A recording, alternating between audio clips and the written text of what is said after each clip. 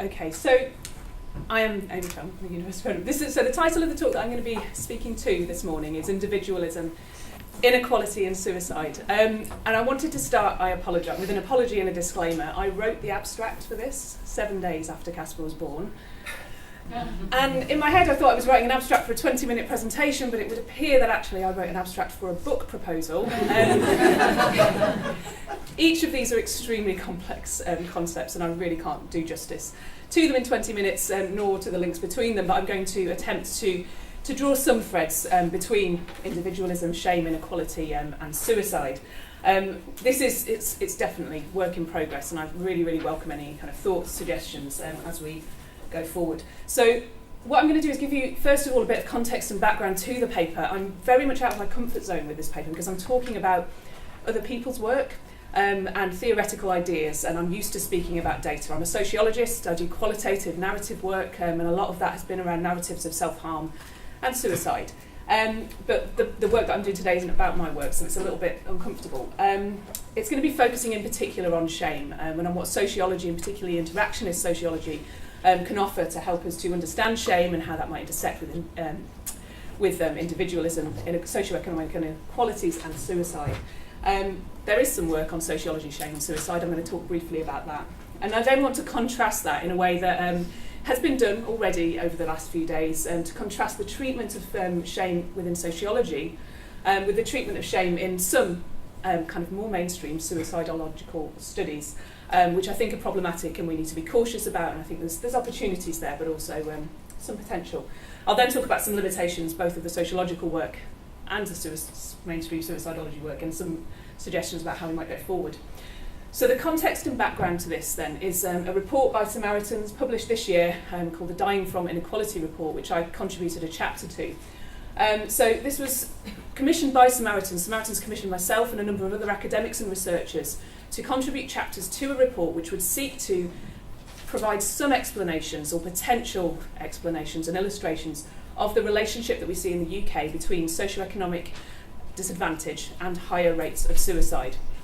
There's some contestation around this relationship. I'm not going to go into that. It's not my area of expertise. There's different ways of measuring poverty, socioeconomic disadvantage. There's different ways, as we know, of measuring self-harm and suicide, what we're talking about. But we were working from the basis that people who are living with socioeconomic disadvantage have a higher likelihood of dying by suicide, and indeed of being admitted to hospital following self-harm. I was kind of representing sociology. It was a multidisciplinary team effort, and I think that in itself is one of the, it's a potential, it's a promise. Samaritans are a mainstream UK suicide helpline and suicide prevention charity. And by kind of commissioning this work, which is explicitly asking us to look at the socioeconomic contexts in which self-harm and suicide take place, and explicitly attempting to move away from a more individualised biomedical framework, which, as we've heard, has been critiqued and is not without promise, but is not sufficient. So there's potential here. Perhaps allayed a little bit by the fact that socioeconomic disadvantage was framed in the report as one risk factor among many. And there might be some limitations of looking at socioeconomic disadvantage as a risk factor compared to kind of an atmosphere, as China was talking about in her, her presentation about, that it's not just a singular risk factor that then kind of intervenes with other things. It could be something more than that. It's more complex. But nonetheless, the kind of suggestions and proposals that were put forward on the basis of the report's finding offer a lot of potential. We were kind of advocating things like proportionate universalism, the destigmatisation of debt and poverty, and reducing socioeconomic inequalities, and arguing that all of these should be part of any attempt, in the UK at least, to address rates of suicides, to attempt to reduce them. So there's potential there. So the chapter that I contributed to this report, and that I'm kind of leaping from to craft the presentation this morning, was a chapter which looked at what existing qualitative research might tell us about the relationship between socioeconomic disadvantage and suicide. So I was looking for existing qualitative studies that looked at the accounts of people who had self-harmed or who had died by suicide via coroner's reports or suicide notes. I was looking at how these accounts themselves might speak to this relationship, but also how the researchers who were writing the reports had interpreted that. So I was looking at it in different ways. There were two broad ways in which this might be made sense of. Firstly, the idea that suicide or self-harm might be seen as an understandable outcome or response to disadvantage, and this is a fairly passive, top-down idea that if you just pile enough stuff on somebody, the outcome will be, of course, self-harm and suicide. It's an understandable response to all of this horrible things. A more genteel way of kind of framing it was the idea that suicide or self-harm was talked about as being a method of coping with this disadvantage. So this kind of gave a bit more agency to the people who had self-harmed or who had died by suicide. Within this, I was asked to, and I really hate this term, to look at potential mechanisms that might explain the relationship between socioeconomic disadvantage and suicide. Hated mechanisms, can't deal with it, but nevertheless, these were the three that I looked at. These were cumulative disadvantage, shame, anger and inequalities, the idea that emotions might be what's going on in terms of trying to understand the relationship between broader socioeconomic structures and individual action. And then finally, narrating control and agency, the way that how people talk about their lives might influence how they behave, might be a way of understanding it. I'm going to be focusing on the middle one and really on the shame bit of it, because I thought, it turns out that shame's a pretty complex issue. Sociology, I'm a sociologist, and so the first place that I went to when trying to think about this in more detail was sociology. In the report itself, I just allude to this. I say, well, we need more work on shame and suicide. So this is the start of me trying to make some contribution to doing that. And there are existing work which I'll come to. So within sociology, the study of shame is kind of dominated by a guy called Thomas Sheff, who has been writing for a long time, did stuff about labelling and mental illness in the 60s. For the last few years, he's been writing a huge amount about shame. He argues that shame is ubiquitous and hidden in modern society, and this is a very Eurocentric kind of perspective on shame, and he's looking at broadly Western societies. So he argues that shame is ubiquitous and hidden. He draws on the work of Goffman and the idea that embarrassment is a normal part of social life. When we're kind of going through life, it's a dramaturgical approach. We're trying to kind of perform and fit in an embarrassment where we go wrong. That's part of that. Similarly, he draws on the work of Cooley and the looking glass self. So again, Cooley's work is much more looking at what's going on inside our heads and the kind of development of the self and how that is, intrinsically related to our interactions and relationships with other people. So we see other people and we imagine how they perceive us, and that shapes ourselves. Cooley in particular identified pride in what he called mortification. Sheff says this is shame. Talk about that for hours. Shape virtually all social interactions, and in turn that shapes the self. And then finally Elias, who argues that shame is a key component of the civilising process. It's a historical view. This is part of Sheff's argument that it's ubiquitous and hidden in modern society. So Elias argues that over history in the West, we have increasingly we've become more reserved. Our threshold for shame and embarrassment is much higher. So historically, we might have been more comfortable with being more naked, with going to the toilet next to other people, and nowadays these things there's higher thresholds. This is problematic. There's been lots of contestation about Elias's work, but this is what's feeding into Sheff's arguments. The reason I'm focusing on Sheff is because he has looked particularly at the role of shame and suicide, and indeed he addresses, to some extent, socioeconomic status, socioeconomic context by looking at the role of status and different statuses, and in particular in terms of thinking about how inequalities, in particular, rather than poverty per se, might influence suicidal practices, self-harm and so on. I think it's important. There are problems with it, but it's important. It offers some potential. So to do his work on shame and suicide, though, Sheff focuses on The Sorrows of Young Werther, which I think probably, who's heard of this before? Yeah, it's a pretty. This is arguably one of the things that people when this was published, they read the book and then they went and copied Werther's actions because they identified with him. He was a young man who went off to seek his fortune in a society that was higher than him. So he was a different status to those he was trying to involve himself with. Sheff thinks this is important. He also fell in love with somebody who rejected him, and he then shot himself. People identified with that and copied him.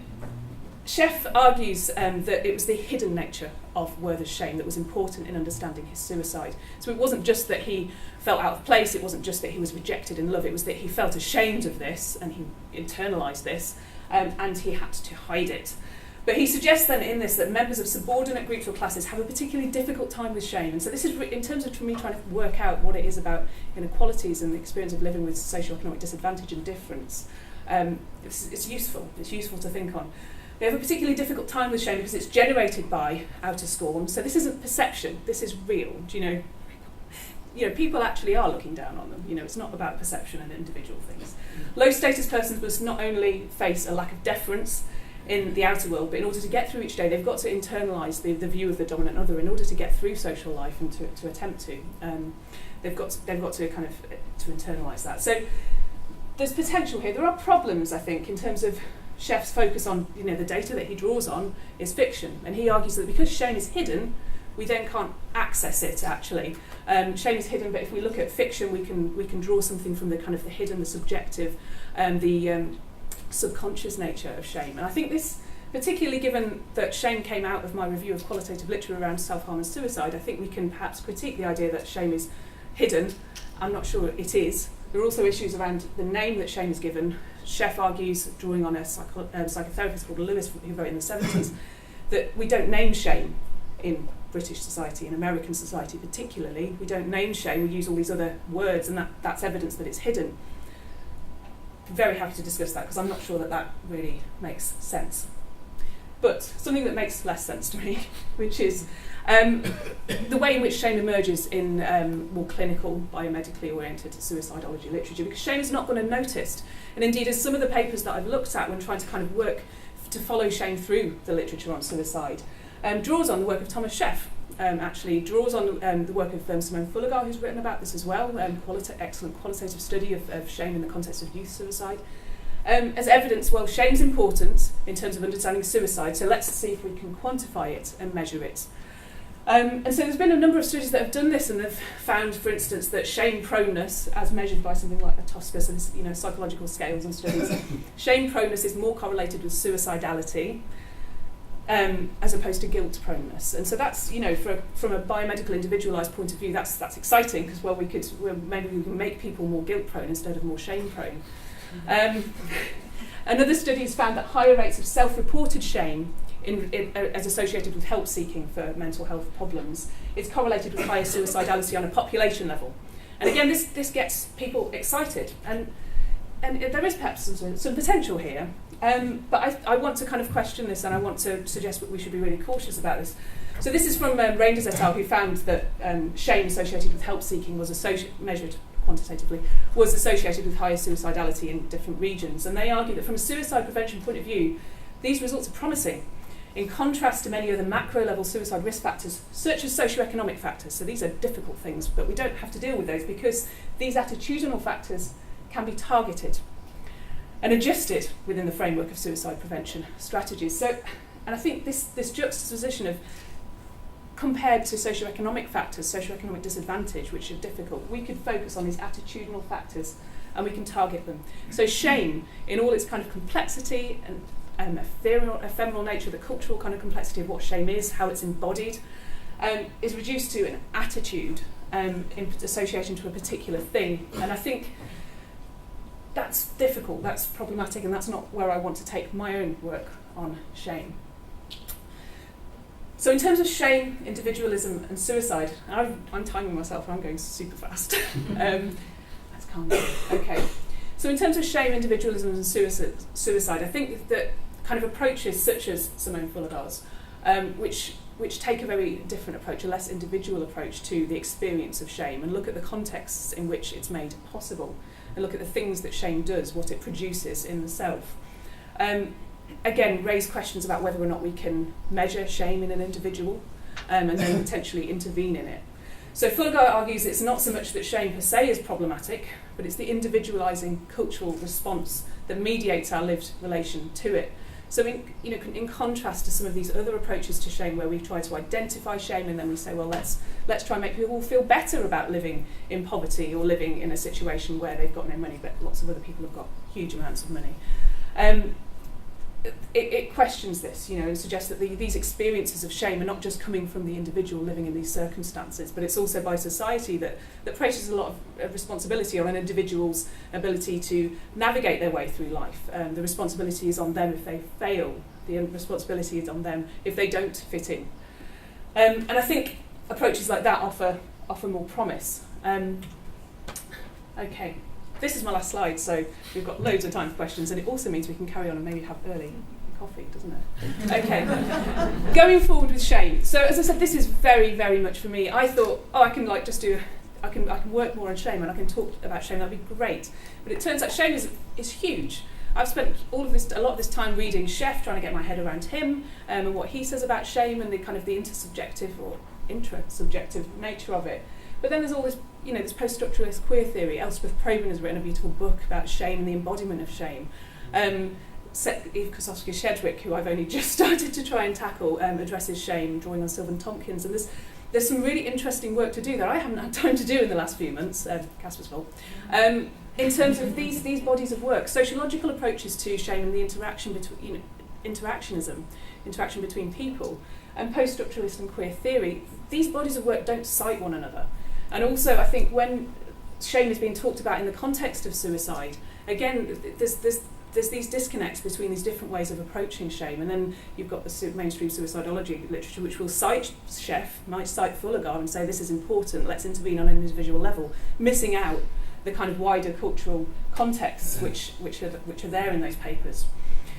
I think going forward there is a need for further empirical work. As I said, with Simone Fullegar's work, there has been some empirical work that's been excellent, that's looked at accounts of self-harm and suicide in the context of shame and neoliberalism. But I think there is a need for further work on this that takes this forward in a way that doesn't individualise it. And I think that's a caution in terms of qualitative research, and that's my caution. I didn't want to kind of miss that out. Because I think with qualitative work where we focus, and a lot of my work is focused on narratives of individuals and how they account for and understand their practices of self-harm and suicidality, and they may talk of shame, they often do, they might call it different names, we'll talk about that. But there is a potential for that then to be misused and to be, to kind of invite a focus on the individual and their shame, forgetting the kind of the way in which that's situated. And I think that's a caution for me in terms of my writing and my work, not to miss out those links. And I think it's easy to do. Further suggestions are welcome, because I think this is a huge area, and as I said, I'm not finished with it, and I think probably lots of you may have all sorts of ideas and things. So thank you ever so much for listening to my rambles. Yeah.